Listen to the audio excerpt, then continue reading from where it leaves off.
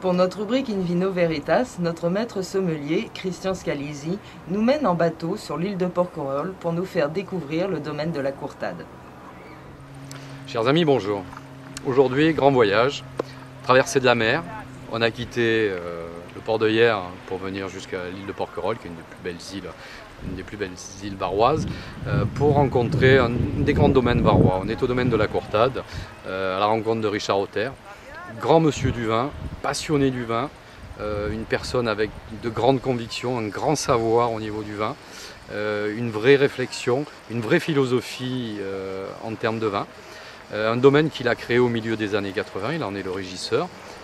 C'est une propriété qui appartient à la famille Vidal et c'est quelqu'un qui en a fait une des propriétés les plus réputées du Var, un vin connu nationalement et internationalement, des très grands vins et vraiment un grand monsieur du vin qui s'est allié et la technique et le côté très traditionnel du vin, c'est-à-dire avec une véritable réflexion sur qu'est-ce que doit être le vin aujourd'hui. Donc nous allons à sa rencontre autour d'une discussion et autour de belles dégustations, j'espère. Bonjour. Bonjour. Alors la Courtade, comme tu l'as dit, on est sur l'île de Porquerolles. On occupe une plaine qui s'appelle la plaine de la Courtade. On va du côté sud, côté falaise, jusque sur la plage. On occupe à peu près 70 hectares de terrain, avec 33 hectares de vignes. C'est un domaine qui a aujourd'hui 27 ans. Tu es arrivé en quelle année, toi? En 85. Ah, voilà, c'était 84 ou 85. C'est 85, ça fait 27 ans. Et en fait, quand on a entrepris de la création du domaine, toute cette plaine était recouverte de forêt, comme celle que vous avez juste derrière. Là.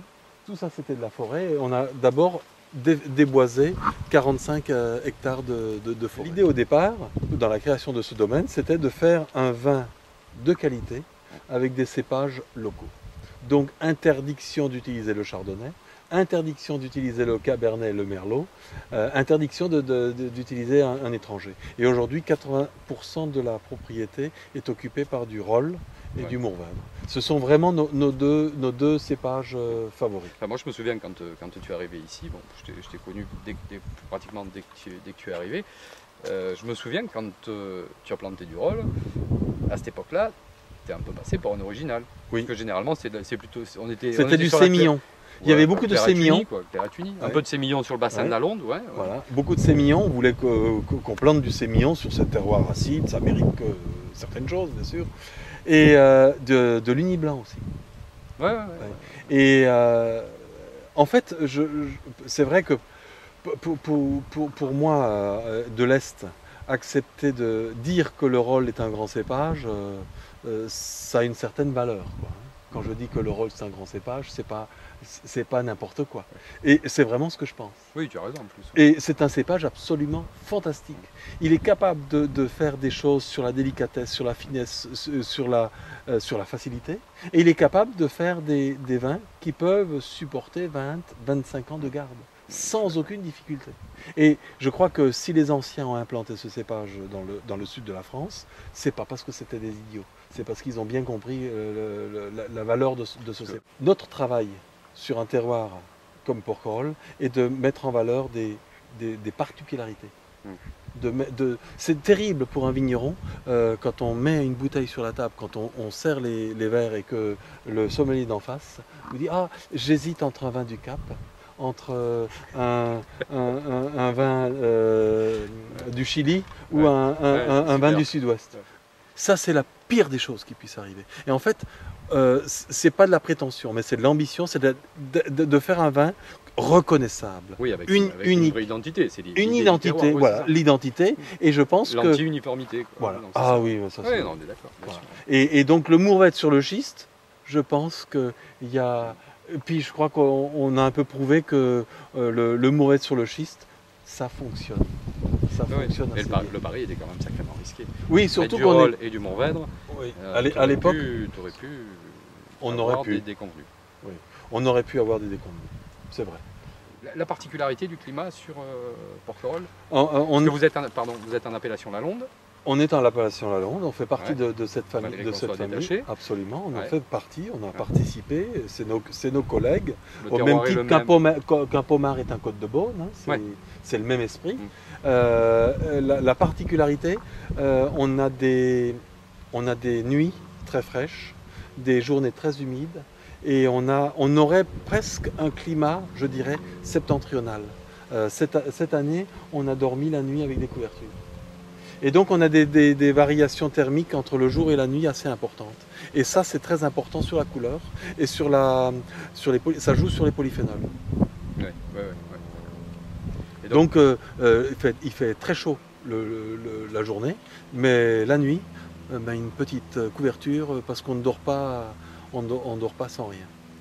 le millésime 2011, Euh, que tu as fini de rentrer. Oui, Ça, c'est vendangé, plutôt, c'est fait. plutôt très bien. On est très satisfait. Et Là, on est le beaucoup 15 de septembre. Oui, hein, on est... juste pour situer. oui, c'est complètement dingue. On a Ouais. terminé les vendanges. Ouais. Les mourvettes sont rentrées. C'est complètement hallucinant. C'est Et le cépage le plus tardif. en ouais, Provence, c'est un troisième époque de maturité. Ouais. C'est toujours lui le plus compliqué. Mais c'est déjà rentré, c'est très joli, on est très content. On a des beaux équilibres, on a des bonnes acidités. Chez nous, c'est les acidités qui comptent. Le sucre, on en a en pagaille. Ouais. On peut faire du 17 si on veut, mais ça n'a aucun intérêt. Et donc, on cherche l'équilibre. Et cette année encore, on a des belles fraîcheurs, on a du fruit, et donc ça nous convient assez. Et la nature a été généreuse. C'est-à-dire on est à peu près à 45 hectolitres à l'hectare. Ouais, ce qui est bien. C'est quoi la philosophie de la Courtade des vins? Qu'est-ce que tu cherches comme vin enfin, moi je les connais un petit peu, mais quel est le fil conducteur que tu souhaites retrouver dans tes vins, aussi bien dans tes blancs que dans tes rouges? Alors, on va scinder différemment. Mm. Moi, je scinde blanc et rosé et rouge. Ouais. Ce n'est pas la même mentalité pour moi. Dans les blancs et les rosés, je cherche du relief. Je veux quelque chose qui me fasse plaisir maintenant, tout de suite, immédiatement. Et le relief, j'essaie de l'avoir sur la fraîcheur, sur le fruit. C'est pour cette raison qu'on est parti d'ailleurs sur le rôle.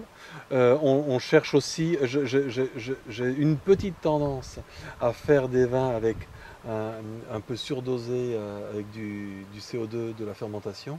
J'aime bien un tout petit peu quand il y a un léger frisant. Je cherche des vins sur la finesse, l'élégance, le fruit. De véritables vins d'été friands. Ça, c'est un peu la mentalité. Tu mets les rosés et les blancs là-dedans? Je mets les rosés et les blancs dans le même esprit. L'expression n'est pas tout à fait le même, mais c'est un peu la même philosophie. Ouais, ça je suis d'accord. Alors c'est pas que je suis pas d'accord justement avec toi, mais t'es blanc sur la Courtade. Sur la Courtade, donc tu parles. Non, non, je faisais une généralité, Ouais. mais j'allais juste mettre l'accent sur la Courtade en blanc. Ouais. Tu fais une vinification en barrique, un élevage en barrique. En foudre, oui. En poudre ou en barrique? En foudre. D'accord. 100% ok. foudre. Oui. D'accord. Alors le Courtade blanc, c'est un vin qui a plus de matière. Mais C'est ça, tout ouais. à l'heure, on va le goûter Ouais. et tu vas voir que le 2011 est déjà très bon. Le 2010, qui n'est pas clair, est déjà très bon. Et le 2009, il n'y en a plus beaucoup, il était déjà très bon. En fait, je veux des vins qui soient bons à chaque instant. Ah, d'accord, voilà. Voilà, oui, j'y venais, oui. Voilà, C'est- la ouais. buvabilité. Tu as un gros potentiel de garde quand même sur tes blancs. Les on a blancs goûté ont quelques vieux blancs.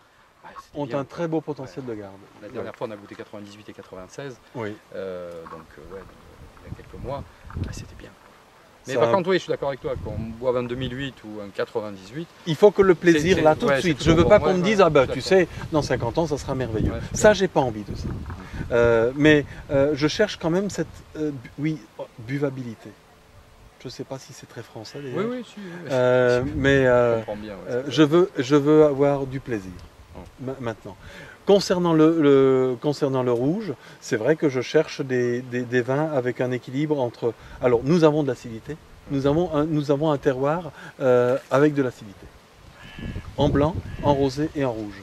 Et j'essaye d'avoir cette combinaison en rouge entre l'acidité et le tanin, l'un cachant l'autre. Et mes vins n'ont pas une expression tannique très très forte. On va passer sur un blanc. On va faire 3 courtades. On va commencer avec un 2009. Alors, sur le 2009, on avait... c'est un millésime solaire 2009. solaire. Oui, c'est un millésime qui a du soleil, qui a de la maturité.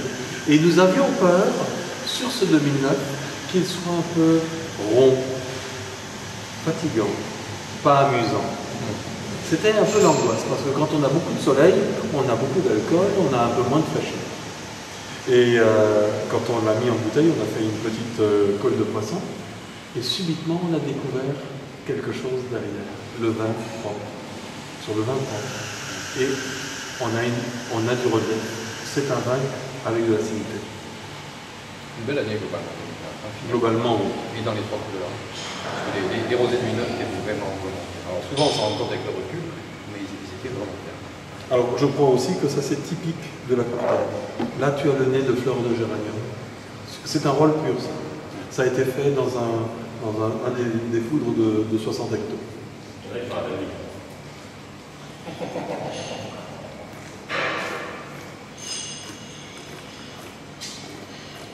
T'as jamais utilisé une barrique bordelaise? Si. Ah, ça, d'accord.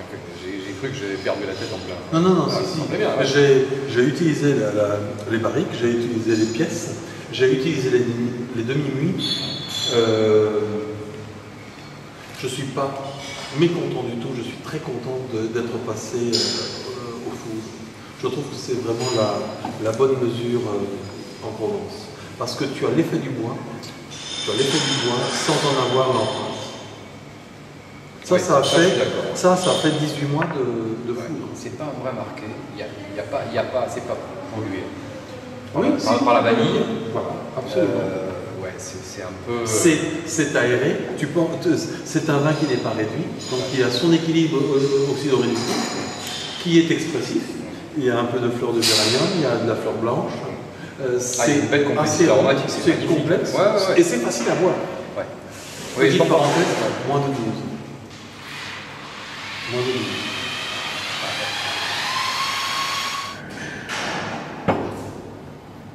Toujours des couleurs très denses, hein, je sais pas, très noires, très profondes. Le Mourvèdre, c'est un peu comme. Pas, les polyphénols sont là. En 2006, année un peu compliquée. C'est une bonne année chez nous. Ah ouais. C'était un beau millésime. Parce que sur Mandol, les 2006. Ah oui. Non, c'est un joli millésime. C'est un millésime fin, c'est un millésime élégant, c'est un millésime prêt à boire.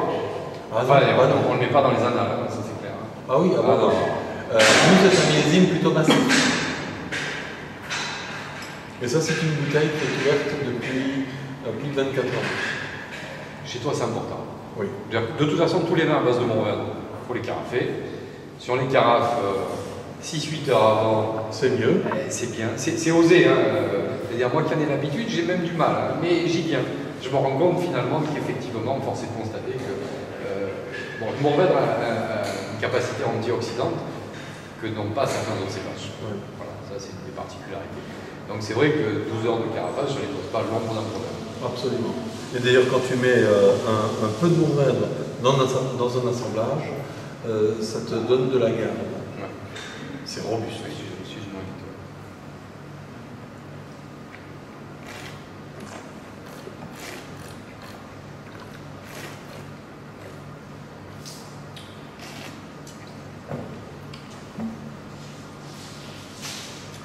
Toujours pareil, cette buvabilité. En fait, c'est facile à boire. Ce ne sont pas non plus des vins qui sont très, très élevés en alcool. Ça, c'est un vin qui doit faire 12,8 au grand maximum. Enfin, ça non plus, c'est pas donné à tout le monde, hein, parce que c'est bien beau à un moment de vouloir faire des vins avec des degrés moins alcooliques. Le problème, c'est qu'il n'y a pas que le sucre qui compte. Si tu n'as pas les polyphénols qui vont bien, c'est dramatique. Hein. Voilà, bien sûr. Je veux dire, ça, tu as la chance d'avoir cette volonté, mais aussi que la nature veuille bien te le donner. Le chiffre nous le permet. Ouais.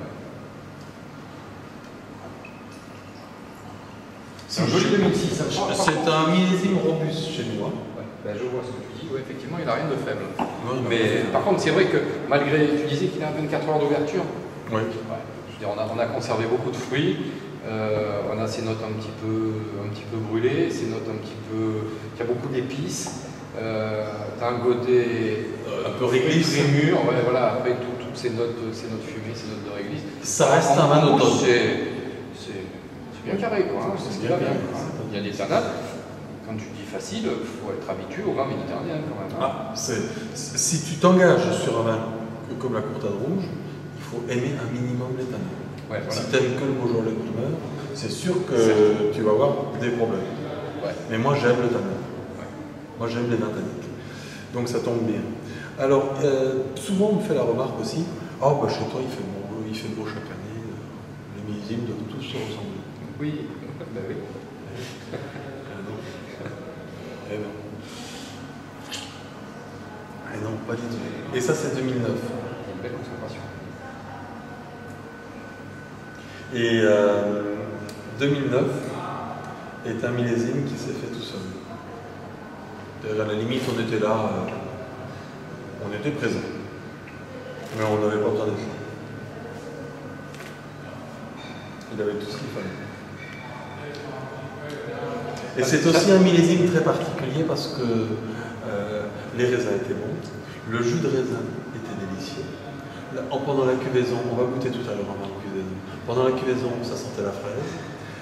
Pendant la fermentation alcoolique, on était constamment sur la cuve à goûter parce que c'était bon, parce que associer du gaz carbonique et du tanin, c'est compliqué. C'est pour cette raison que le champagne rouge n'existe pas. Mais ce sont deux choses dans la culture française qui n'existent pas. Ah ben là, c'était bon. Ouais. Le vin en pleine malo, oh qu'est-ce qui était bon. Ouais, mais c'est la réflexion qu'on a. C'est que c'est un bon vin. Il a beaucoup de charme. Par contre, il a une puissance, c'est quelque chose. Mais par contre, il a un côté, il y a presque de la gourmandise dessus. C'est un bouquet de fruits, c'est un éclat de fruits en fait. Donc que ça soit au nez ou en bouche, c'est un éclat de fruits. Ça, c'est normalement des choses qui te font reculer. T'imagines ces couleurs? Ben déjà, quand tu vois ça, tu te demandes si c'est du rouge ou du rosé. Oui, ben c'est du rosé. Oui, ça c'est du rosé. Ça c'est du rosé, mais il faut savoir que c'est une partie de l'assemblage. Alors ça c'est phare, ce qu'on disait tout à l'heure. Ça c'est du quand tu vois, c'est un pressoir à gérer. Oui. Bon, je veux dire, on te dit souvent, tu regardes au pressoir, quand ça te plaît, tu arrêtes, machin. Là le problème c'est que si effectivement tu suis ce raisonnement, ça c'est incommercialisable comme couleur. Dans l'état. Oui. Mais il faut savoir que dans le rosé, ça c'est un tiers de mon vin.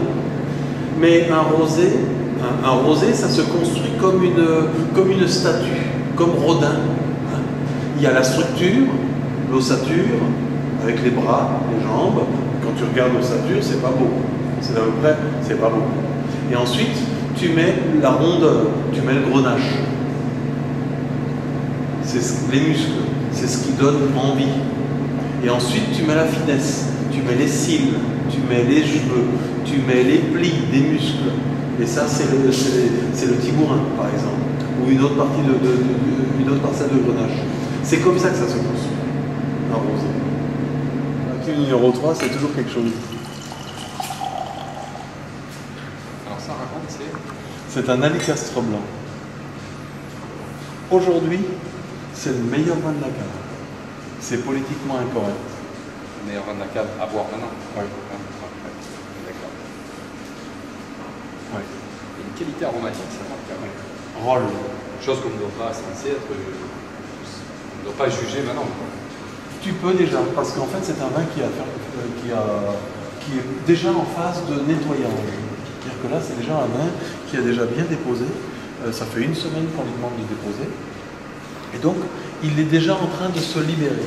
Il est déjà en train de se dévoiler un tout petit peu. Il sera mis en bouteille quand? Ça c'est un vin qui, les premières bouteilles vont être tirées début décembre. Ouais, d'accord. Okay. Ouais, donc tu peux commencer à espérer quelque chose. Absolument. Ouais. Et tu as déjà le nez du rôle dans sa jeunesse. Ouais.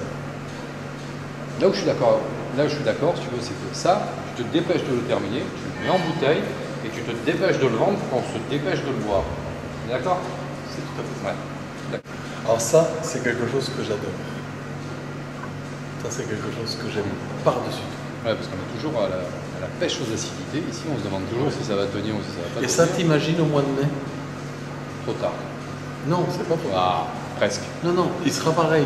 Oui. Sur les blancs, oui. Sur les blancs, oui. Mais, ouais. Sur les asperges. Ah, je suis modéré sur les asperges. Je sais que toi t'aimes bien les accords avec les asperges, les accords un peu risqués. Ou l'asperge supporte que le muscat sec. Oui, ben.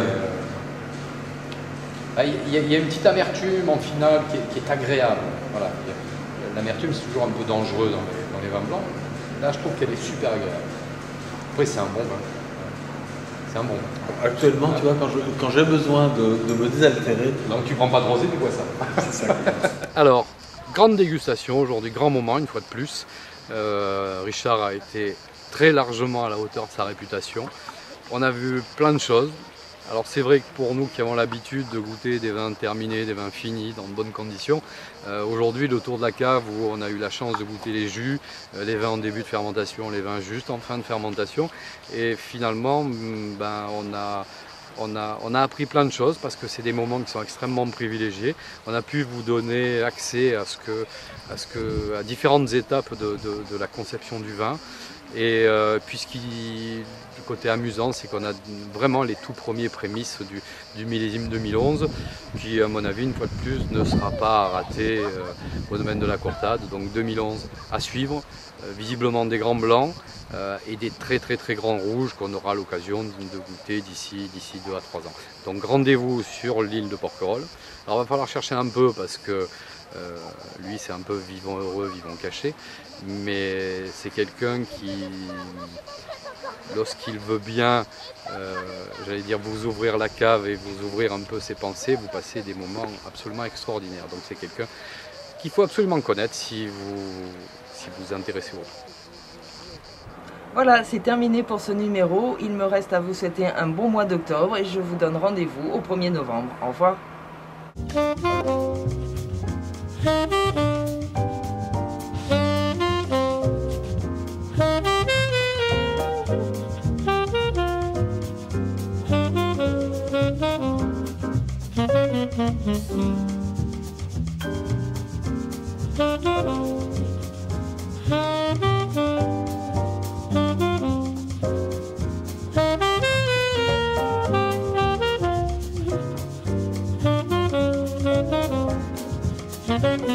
Thank you.